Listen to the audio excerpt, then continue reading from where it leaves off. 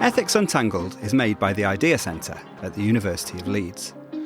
It's a podcast about the difficult ethical questions we face in everyday life. In each episode, I interview someone, usually a philosopher, who's spent time thinking through one of these questions, and we try between us to work out what's going on. Contrary to what you might expect from the title, this episode is not a power ballad. It is rather an exploration of the relationship between love and time with Troy Jollimore. Troy is a professor in the philosophy department at California State University, but he's also a successful poet.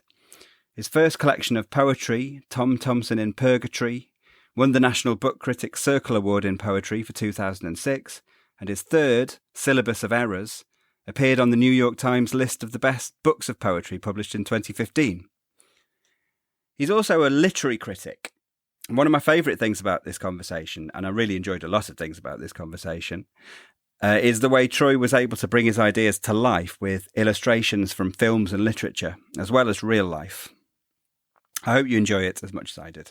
I'm here with Troy Jollimore, so welcome to the podcast, Troy. Thanks, great to be here. And the topic we're going to talk about today is, well, it's about love and love's relationship to time, I suppose. So how love relates to the past, present and future. So I suppose, how do we start this off? I suppose one thing that you note in your paper, which is like a common feature of kind of art, whether it's like highbrow art, like I think you quote the Song of Solomon and Dante in your paper.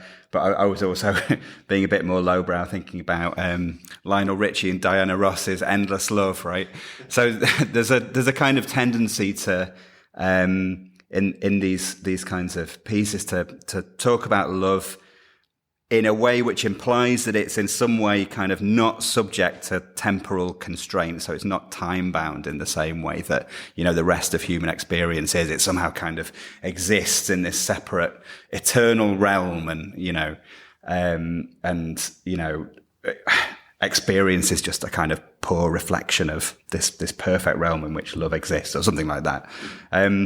So as a kind of starting point for thinking about love, do you think there's anything in that view, or is it just a load of rubbish? I mean, I hesitate to say a complete load of rubbish, but because I'm always looking for what's true in any idea, even where I want to, reject the idea or be hesitant about it, as I am in this case.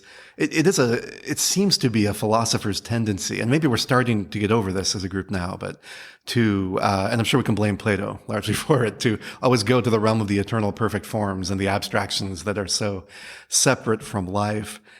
And I guess when we're thinking about love, there's a real danger in that, because love, of course, is the very stuff of life, and it's a philosophical account of love better be true to our lives, so, and so I worry certainly about getting pulled away from that by some of these, I use the word supernaturalize, and I capitalize it in my paper, the tendency to supernaturalize love.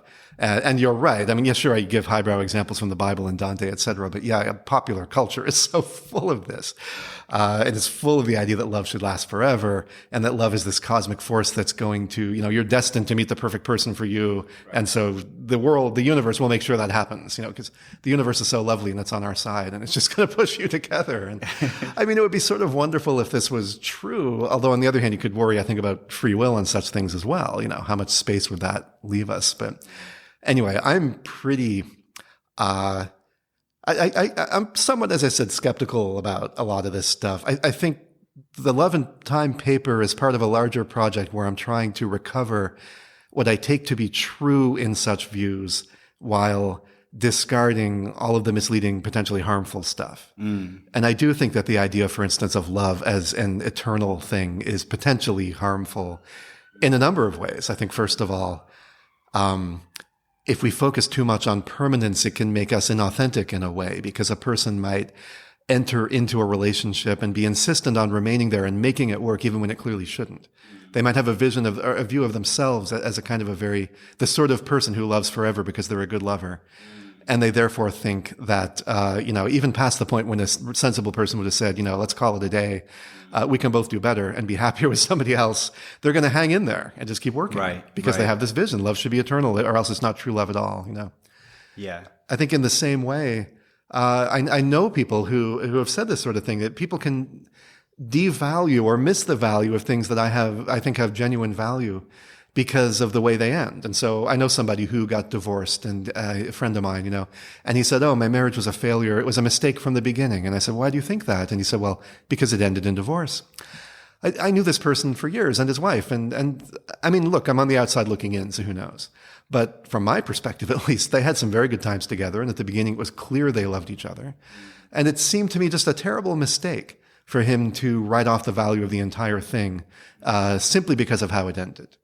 And so these are some of the things, and in the same way, so that's a bit of backward-looking assessment. If you look forward, too, I think people sometimes will refuse to pursue possible things because there are reasons for thinking they can't last forever. But they still could be very, very good while they last.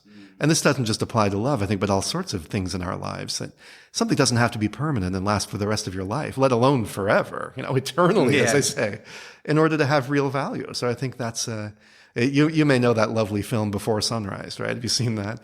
So these are two people who meet, and they know they only have a few hours together, and they could very easily have said, "Look, what's the point? We're not going to bother." They don't. And they have a wonderful few hours together that are transformative in their way. And this is very much, I think, largely what the film is about, But I always think of that film as a wonderful example of a truly authentic relationship between two people knowing that it can't last, because ultimately we're mortal, and so that's true of all of our relationships. Nothing we do is going to last. So we better be able to find a way of finding value in what we do that doesn't depend on the idea that it's going to somehow endure forever. Great. Okay. And one of the ideas that you explore is this idea of relationships as being narrative genres. So could you say a bit about what you mean by that? Yeah. It's a very interesting question about love, not just for philosophers, but certainly us among others. How to understand the differences between different types of love relationships, because obviously there are different types. And there's many people, for instance, in my life who I love. And I love my wife. I love my stepdaughters. I love my friends. And yet they're obviously very different kind of relationships. And it becomes puzzling to some degree, at least, when we try to find sort of reliable truths about how to characterize those. Because, after all, I might have two different friends and I love them both, but I love them in very different ways. So finding the right category, and we do often have a tendency to think, well, it's just a matter of the type of relationship, again, in terms of friendship, romantic love, whatever. But I don't think that does all the work. I think that gets us a certain distance. Right. But I think we have to also, when we think about what we mean by these relationships and how we understand them, the analogy I draw in the paper is to narrative genres in narrative art, like film or novels and so on. Where when you go into a film, if you know what the genre is, as we very often do because the trailer gives it away or the advertising gives it away or whatever, genre is very much a marketing sort of thing in film. That's largely what it is. It's an action film, therefore certain sort of people want to see it, right? Part of the reason they want to see it is because they feel like they know how it ends. So they know that in the standard action film, and there are exceptions, and I'm glad there are, but in the standard action film, the hero will look like they're going to fail. And up till the very last moment, perhaps, it looks like they're going to fail. And then miraculously they will succeed and they will vanquish the forces of evil and there will be some kind of restoration and return home or whatever it is, And we know this. And it's not just the ending that we know. We have a very good conception of what's going to happen along the way. And even of sort of when certain things are likely to happen, So it'll probably start off with the hero sort of in their ordinary life at home, a kind of a almost static sort of view that we gather. This has been going on for some years, perhaps. This is their ordinary life. And then there's a disruption, right, of some sort. And we have this sense. And of course, you can get these screenwriting books like the one called Save the Cat, right, and stuff like that, where they'll tell you, here's what should happen in your script and here's the page that it should happen on. It's a very formulaic sort of thing. Yeah. So similarly, of course, in romantic comedies, right, we have that sense. And that's a very interesting comparison because, of course, if we think about love, I think the way we think about romantic love is largely shaped around and built by our model of the romantic comedy in film and also in novels, books by Jane Austen and so on. They're shaped by that. And in turn, I think our conceptions of romantic love shaped those artworks as well. Yeah. So the idea would be when you enter into a relationship, if you think it's a romantic love relationship, you think certain things are going to happen in a certain order in a certain amount of time. And so people talk about this, right? Even in terms of dating and so on. Should you kiss on the first date, at the end of the first date? Should you have sex on the first date? Like, when is that appropriate? Presumably you kiss and then later on have sex, but how much time has to go by in between? At what point do you ask the person to move in with you, right? At what point is it, proper to make a marriage proposal? Yeah. And you hear people say these things, right? Like, I hear our relationship is going nowhere. We've been together for so long and it's perfectly fun. We have a good time, but it's not going anywhere. Meaning, again, he hasn't proposed marriage, right? Or we haven't taken that next step, whatever it is. So there's this wonderful phrase I came across not too long ago called the relationship escalator, which sort of captures something like this, the idea that there's these steps that you take and you're moving up. And that's what the relationship is supposed to be. It's a forward moving thing. So I draw this connection and I suggest that one of the ways to understand or to capture how we understand different kinds of relationships is that we think about them very differently in narrative terms. And for instance, romantic love is much more of a forward-moving narrative structure where we expect to go through certain stages. Whereas with friends, you don't mostly have that. You don't say, look, what's our friendship? We're going nowhere, right? It doesn't matter. You don't have to go. You don't expect them to ask you to move in. You don't expect them to ask you to get married. You're not going to have kids, whatever it is. You just enjoy being with this person. So there's much less of a narrative structure to friendship, much more so with romantic love. And also, but very different sort of narrative structure with something like a parent-child relationship. Mm-hmm. Why do you think that is then? I mean, why do you think that romantic relationships we tend to think of in this very structured way? That's a very interesting question. I mean, obviously, it would be largely having to do with sort of our nature as biological creatures, partly having to do with cultural stuff. The obvious things to start by pointing towards, but we could say so much, I think, about this that I will not go on and bore our listeners, but we would point towards, for instance, the fact that in some way, and I don't want to overemphasize this, but, in some ways, sex and reproduction, children and so on, are sort of at the heart of that. It's why we have sexual organs and so on and why sex happens. And so in a sort of a paradigmatic way, and again, I don't want to overemphasize this, and part of what I mean by that is I don't want to assume that this should be normative and that people should be expected to have kids if they are together, or even expected to get married. And of course, our culture is moving largely away from those expectations into a more flexible state. But in terms of how these things came to be, they clearly do embody a kind of a telos of, oriented towards ultimately the man and the woman get together, they have children. And that's a sort of a natural progression of things. And then there are facts, and this again goes back, that's partly biological in itself, but going back to biology in terms of having the children, like I said, parent-child relationships are structured this way, partly because we know that at a certain stage, the infant, that we go through these recognizable stages. And so at first you're very vulnerable and you can't communicate, you're not even really a person at all. And then at the age of 3 and 4, you're sort of like this. And at the age of 10, you're more like this. So we expect children to develop in certain ways. And so we foresee and expect that as a parent, our feelings for them and our relationship with them will also change over time in ways that are appropriate to that. I think that's not the only factor, but it's the place to start if we're going to think about, how do these narrative structural expectations get shaped? That's really interesting. One of our previous episodes is on this idea of relationship anarchy, and I'm not sure if that's something you've come across. I had not heard that phrase before you mentioned it in an email, but I like it, and I feel like I can guess sort of what it's about. Yeah, so I think like the basic idea, one way of interpreting it is as a way of just radically rejecting any idea that relationships should have any kind of predefined structure or indeed narrative. Right. So the idea is that every relationship is constantly up for grabs, the form of the relationship and the expectations that each party in the relationship can have of each other.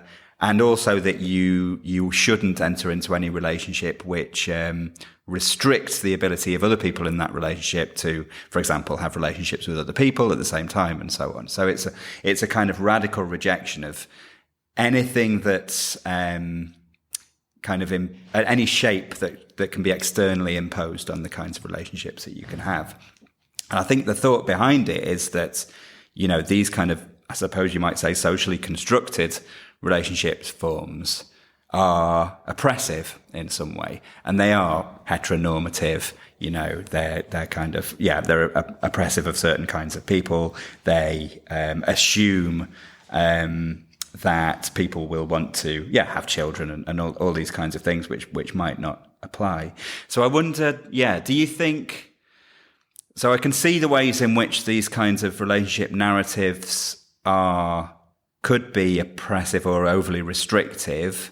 And I think you talk in the paper about the ways they kind of can lead you to interact in an inauthentic way because you've got these expectations in the back of your mind while you're actually interacting with the other person. And that does seem really problematic. But when we were talking about relationship anarchy, I like my overriding thought was, this sounds really tiring. The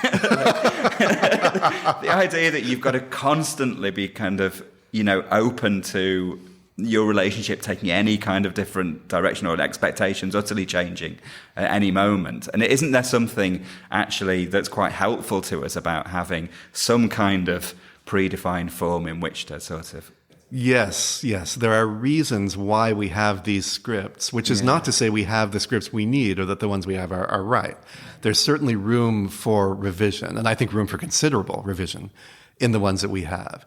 And so when I think about this, I think I have the same response as you to some degree. Profoundly mixed feeling. It sounds very attractive. And it does sound very exhausting. It reminds me of the Big Lebowski scene where he sees the nihilist in the pool, lounging, and Bunny tells him, "Oh, he's a nihilist," and the dude says, "Oh, that must be exhausting," which it must really be, right? Because okay, another film reference. I apologize for so many, but I'm a huge fan of My Dinner with Andre, with Wallace Shawn and Andre Gregory. And Andre, the character Andre Gregory plays, talks a lot about this kind of thing and about really relating authentically to another human being. And I think he's one of the early relationship anarchists, if you want to think about that.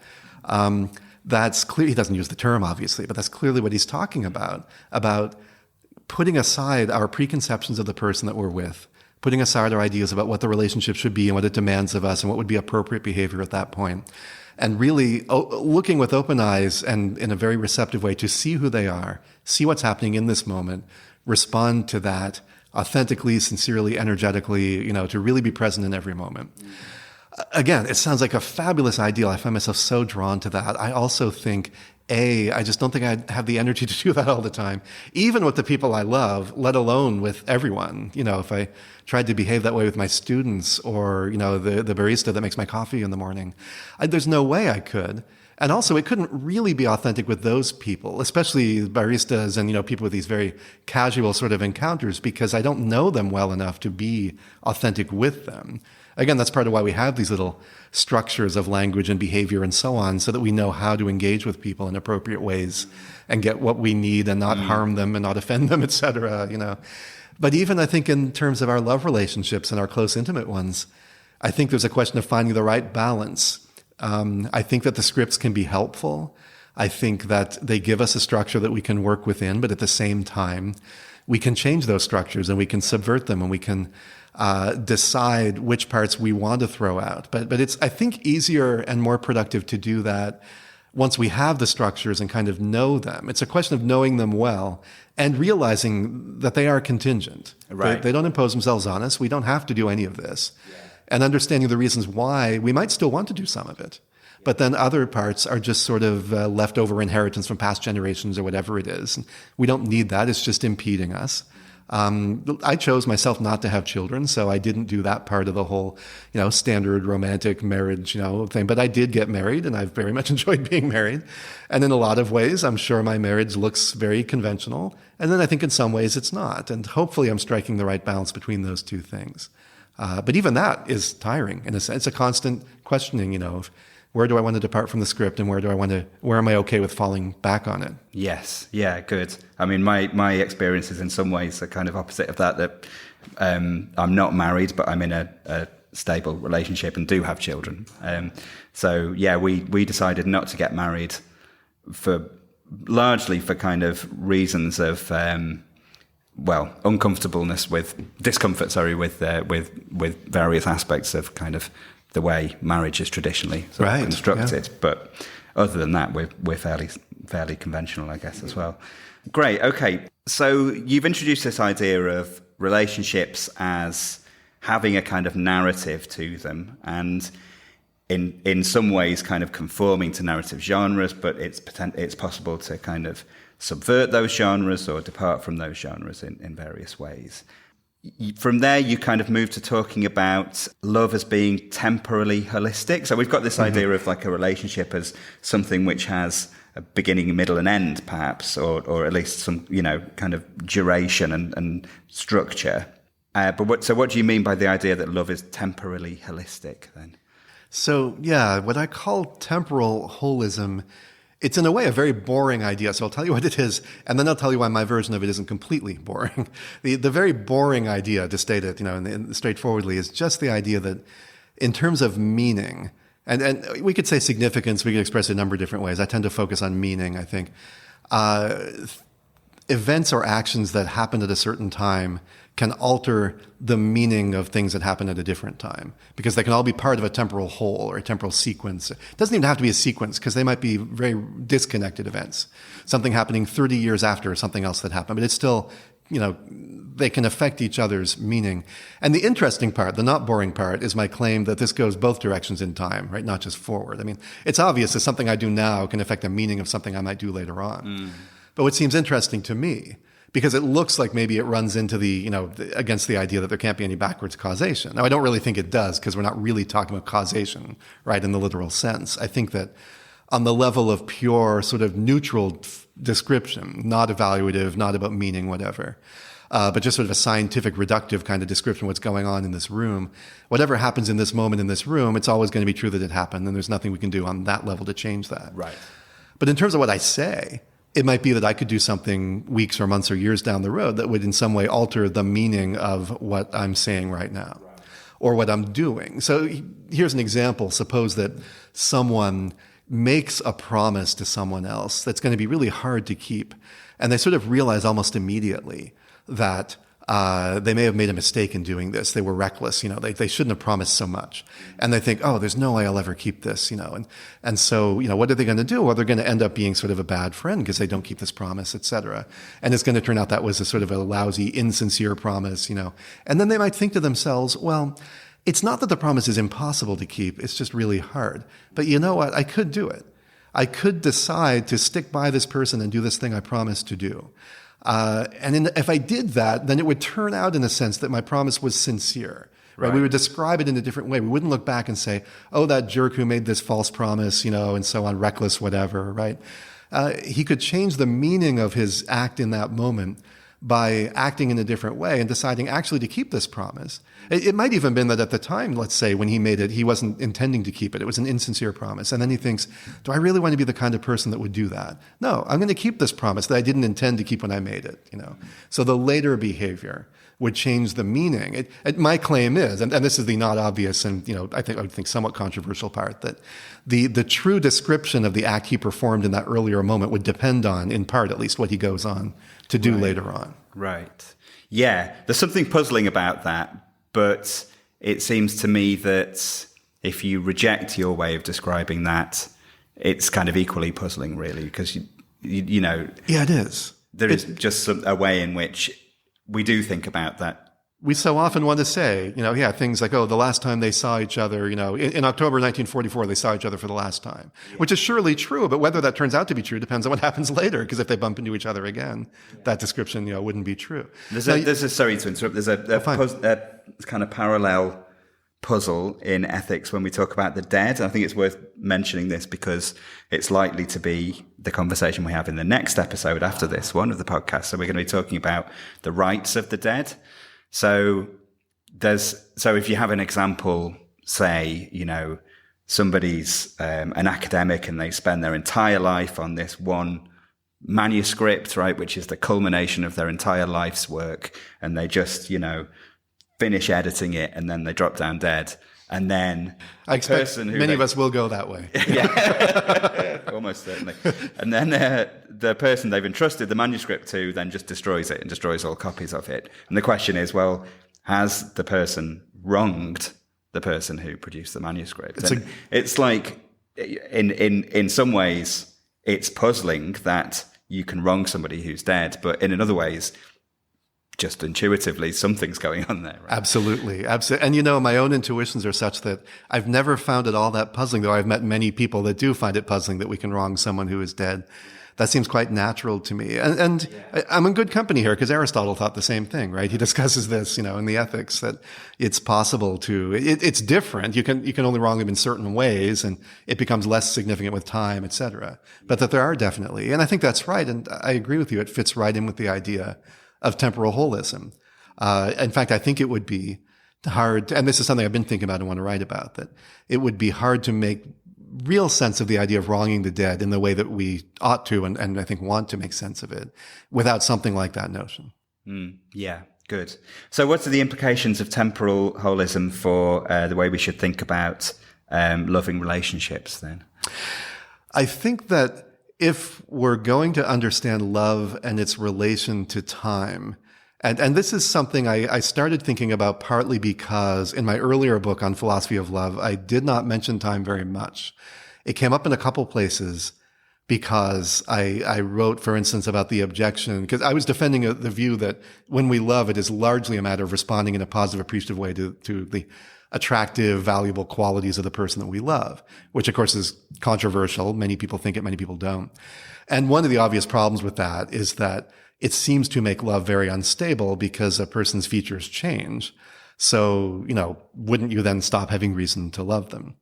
And so the place where the time element really came up in the earlier book was in my response to that, which really has two parts. One part is that over time, while it's true that people do tend to lose some of the attractive, valuable qualities they have, they also gain other ones. Right. And love involves a commitment to appreciating those as they come along and an openness to that. And so it gets into a lot of stuff about commitment and so on that has to do with that. And commitment obviously is a concept that involves time necessarily, but I didn't get into time much explicitly, in that way in that book.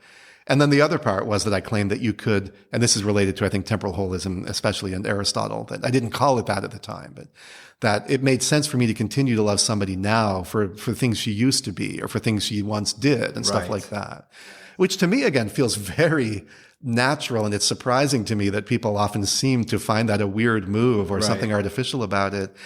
I think we do that all the time. I mean, everything we do is almost immediately done and in the past.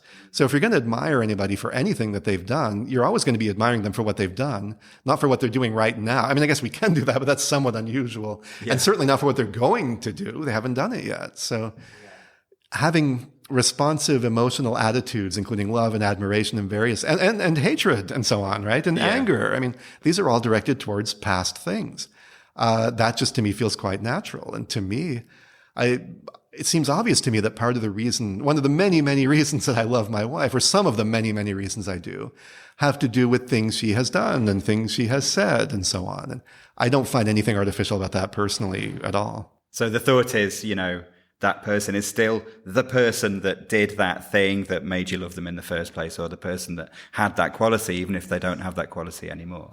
I think that's exactly right. Yeah, it's part of who they are. We are temporal beings. We're not just beings who are present in one moment. We are temporal beings, which raises many questions, has many implications for how we think about love and relationships and commitment. What I'm doing when I make a promise, for instance, how it is that it's a bit mysterious. I can even make a promise because, of course, I can't really directly control my future actions. So, why am I not anxious every time I make a promise? Why am I not thinking to myself, what if I don't do this? What if future me decides not to? And we have a special relationship with our sort of future selves that I think also relates to temporal holism, but projecting forwards now. Our future selves pose a real threat to us that nobody else does, because my future self is if I speak of them, there are many, right? But I'll speak of them as one, my future self, whenever that person might be. He's the only person that can break my promises, right? Nobody else can do that. So there's many ways in which people can harm me, but there's only one person in the world, namely me in the future, who can harm me in certain ways, namely, cause me to be a betrayer, for instance, by betraying someone in the future to whom now I have made pledges and vows and expressed loyalty or whatever it is. And so I think a large part of our practical life, more than maybe we've realized overall, lies in trying to manage our future selves in some way. Okay. So there's lots to talk about there. How does this relate to the idea of relationships as genres, though? I mean, so Does that mean that in order for a relationship to have that kind of meaning, it has to have some kind of narrative structure? I mean, can you just have a relationship that doesn't change or remains in stasis and it be meaningful? That's a really good question. I think that I want to be careful about necessity claims because I think there are more possibilities here than we always realize. And this maybe will involve a certain openness to relationship anarchy, at least to a degree, or something like it.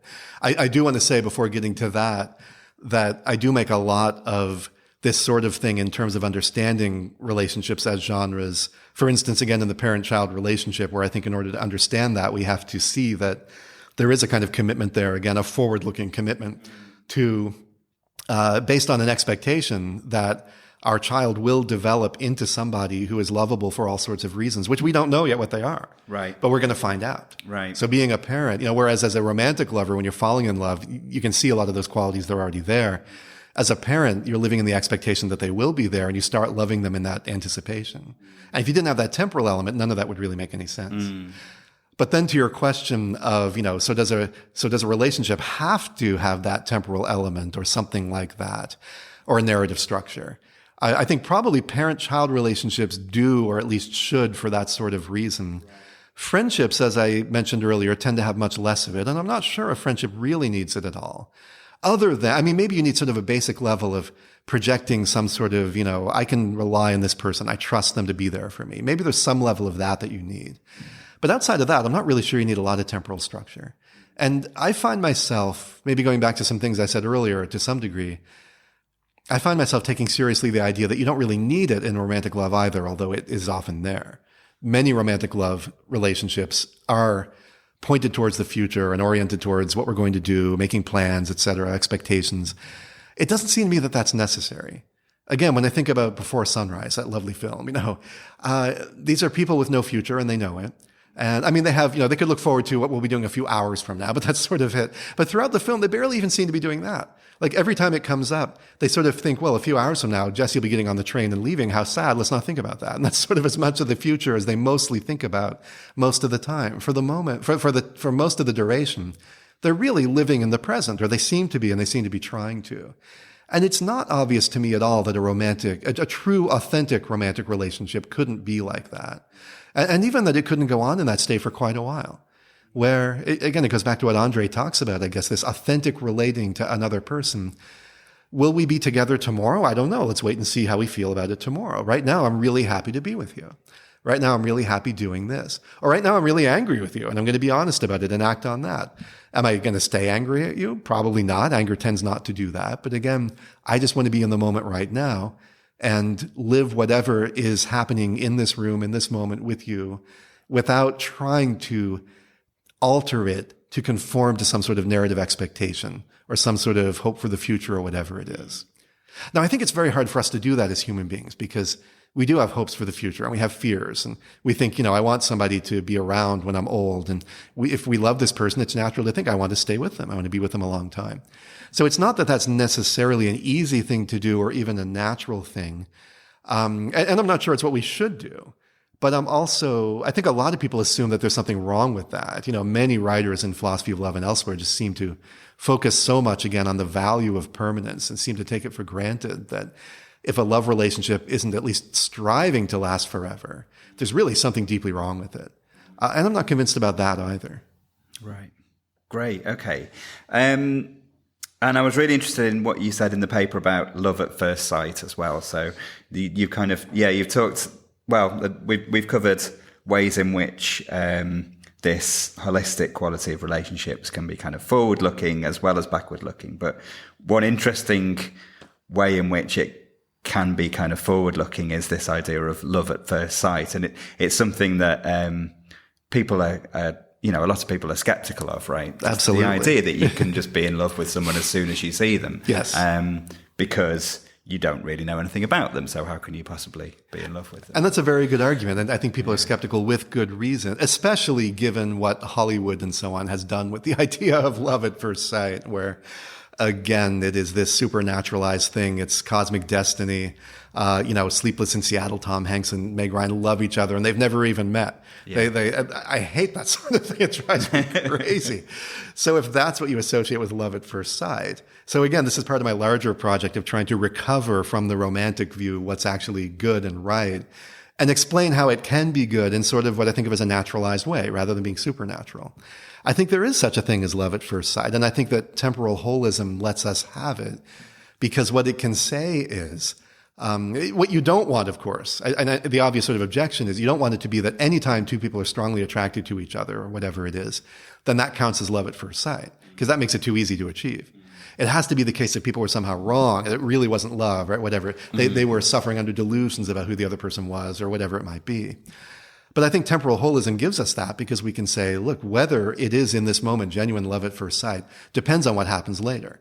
If they go on to have a certain sort of relationship and it's successful and they're happy, etc., and if it turns out that they were largely right about who the other person was, so that initial insight they have, when you have that feeling, you see somebody, you immediately feel like you know them, like they were largely right. That is who that person is. Like, not everything. There's obviously things you can't know about somebody in that way. But I do think there's a sense in which sometimes we're very intuitive creatures. We sort of evolved to be very good at reading each other's faces and body language and knowing a lot about other people just by looking at them. I think that sometimes we can look at someone and very, very quickly, or exchange a few words with them or whatever, and very quickly have a real insight into who they are. But again, it's always possible that we feel like we have the insight and we're wrong. And so we need some sort of a test to distinguish the real cases from the apparent cases. So I think the temporal holism gives us that. If the initial encounter feels like love at first sight and works out in certain ways, then it turns out to be genuine love at first sight. And if other things happen, then it doesn't. Now, of course, you get the problem cases. The two have experienced the initial mad attraction to each other, and then the next day one of them's killed in a car accident, right? So it was never put to the test. And I think probably in those sorts of cases, I have to say, I could say there's no fact of the matter about what it was, or I could rely on some sort of counterfactual thing. What would have happened if the car accident hadn't happened? There's different options, and I'm not sure I have a strong preference for one over the other. But I do feel, so I don't want to say I've got a clear answer in every case or anything of the sort. But I feel like there's a way of making a general distinction, which is very intuitive, that actually captures what's valuable in that idea without us handing ourselves over to the silly, supernatural, capital R romantic kind of account. Right.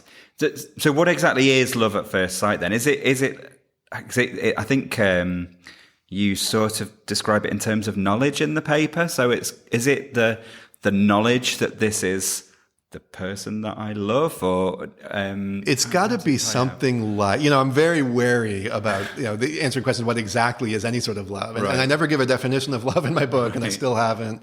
Last night I gave a paper, and they said the topic of the paper is what is love, and I thought, oh, that's not something I want to say, because I don't really have a view of what love is exactly, but I do make claims about what love involves and about what love largely is. And so on my view, again, love is at least largely a response, a positive, valuing, appreciative response to various positive, attractive, valuable qualities that the person you love has, and then involves other things about commitment and reciprocity and so on. That but that's a large part of it. That and that does require some sort of knowledge, because as I value these qualities in this person, I have to know that she has them. And so in that way, the love at first sight would at the very least depend on having real knowledge of this person, which again is where a lot of people draw the line and say, but you can't have knowledge of this person you just met. And where I want to say, and again, this is probably the most controversial part of my account of love at first sight, but I want to say you can have knowledge in some cases, but you can't know that you have knowledge, because it might turn out that you're wrong. Right. So future events will vindicate you or not. They'll let you know whether you actually did know this person. But I do, and it might be very rare, right? I'm not necessarily committed to the view that love at first sight is common. I think the place it might be most common is actually in parent-child relationships, where many parents do describe their experience that way. I loved my child as soon as I saw them in the delivery room. Some parents claim to love them before they're even born, I think we can make sense of that in a certain way, and that's real love at first sight in that way. They don't even claim to know what their child is going to be. But I do think that the kind of account I'm giving, can make sense of that, and I'm happy to call that love at first sight. And so maybe that's the sort of common experience. Not that every parent has it. I know some don't, but it's fairly common. Maybe in romantic love, it's much less common, but it happens. I think in friendship, it also happens. I think there's friendship at first sight as well. Right. And that would depend in those cases on having an intuitive hunch about some really important qualities that this person has, which draws you to them and which turns out to be correct. Something like that. And there's nothing supernatural going on there where you have that kind of intuitive feel for somebody's personality. You could be just perceiving it accurately because there are ways in which, even in a very short space of time, you can tell quite a lot about it. I think that's right. I mean, it could turn out it's supernatural. For all I know, it could be there a little, diamond sitting on my shoulder whispering thing. I don't know. But we don't need that to make the account work, so I'm happy about that. Okay, great. So good news then. Love at first sight is possible. And it seems like there's something quite hopeful in the arguments that you make for those of us in kind of loving relationships, I guess. Well, we needn't expect those relationships to stop having meaning as soon as we lose the qualities that we previously had and for which our loved ones love us and so on. I think maybe before we finish, I was just wondering. So you're writing a book about these issues, and one of the things that you're going to do in that book is kind of explore the way these things play out in films, is it, or other kind of fictions? Yeah, some novels, and especially though films. I think that the medium of both media here, novels and films, in their own different but related ways, are so perfectly suited for exploring ideas of love and time. They're both narrative genres, so of course they give us some sort of narrative. But again, a film like Before Sunrise can also sort of work counter to that to some degree, giving us something that is in some ways shaped like a narrative, but in many ways not, and is almost an extended single moment in time, which I think is wonderful. Their film especially I like because a lot of my account, including again in the earlier book, is also about love as an analogy with perception or even as a kind of perception. And in films, we literally get to see the characters, and they're big and they're bright up on the big screen. Right. We see their faces. Film does this wonderful thing where if they do it right, it comes across that the two meet for the first time or whatever. We see love at first sight in films, and they look at each other, and we can see why they're falling in love. Right? We see that glow and that spark, and we get it. Like we're there too. So film is especially well suited, I think, to give us something like that. And related to that, I think because the faces are so big, with a good director and a good actor and good writing, you can literally in film look at somebody and see what they're thinking. And I think that's very important. Because that, again, is something that goes on in love and love at first sight. I look at this person, I know who she is, I know what she's thinking, something like that. So films of certain sorts, turn out to be really useful tools for illustrating some of these ideas. And yet, of course, again, so many commercial films and Hollywood films and stuff have really sort of made a travesty of it by giving into some sort of capital R romantic view. Right. And then just pushing this view of love that, I'm so suspicious of, and I think is kind of harmful because people feel like they have to live up to it, and it's pretty much impossible to. And I'm not even sure we really would even want to. Great. So you've mentioned Before Sunrise. Aside from that, are there any other films that you would recommend that our listeners watch as examples of films that do this well, right, that don't fall into the cliches? Yeah, that's a great question. Well, Before Sunrise has 2 sequels, so it's a trilogy altogether. There's also Before Sunset and Before Midnight, all well worth watching and worth considering as a body. I have a paper, this is one of the places where this book in progress started, really. I wrote a paper about the film Eternal Sunshine of the Spotless Mind, which is a very interesting film about love. Very smart, very interesting things to say. Charlie Kaufman's just kind of a genius, and I think that's probably his best work. Well, Synecdoche, New York might be it's hard to say, but that's a great film. The movie Her, about an alleged love affair with an artificial intelligence, a piece of software, that's a pretty great film. I've written about that. There are some Hitchcock films that'll be in there, Rear Window and Vertigo, which I think are both, among other things, very interesting films about male-female relations and anxieties about marriage and commitment and anxieties about being changed by a person because you love them. Scotty in Vertigo just ends up completely devastated because he loves this woman who dies and then this other stuff happens, So I think those are quite wonderful. And people don't talk about them a lot as films about love, but I think they are. And then I'll mention a couple. One more about love and 2 about friendship. A great little film called The Weekend with Jim Broadbent and Lindsay Duncan about a couple that had been together a long time. Very interesting stuff here about how lovers perceive each other and talk about each other, and how events can change how they see each other. There's a lot going on in this film. It's not as well known as it should be. It's wonderful. And then 2 great films about friendship. I've already mentioned My Dinner with Andre, which to me is just one of the greatest films ever. 2 friends sitting down for a long conversation that turns out to be really transformative in a certain way. It's like watching friendship in action. It's amazing. And then the Alexander Payne film, Sideways. Wonderful film about 2 friends who maybe shouldn't be friends. They're very difficult. They push each other, and it's not clear they're making each other better people. And it's also, I think, in addition about being about friendship, about love and grief and loss in these other interesting ways. So very, very thoughtful film. I've gone back to it a lot, and each time I see something new in it. Great. Well, that's all we've got time for. So, Troy Jollimore, thank you very much for being on the podcast. Thanks for having me. I really appreciate it. If you enjoyed this episode of Ethics Untangled, please like and subscribe and recommend us to your friends. The podcast is edited by Mark Smith at Leeds Media Services, and our music is by Kate Wood. Ethics Untangled is brought to you by the Idea Centre, a specialist unit for teaching, research, training and consultancy in applied ethics at the University of Leeds.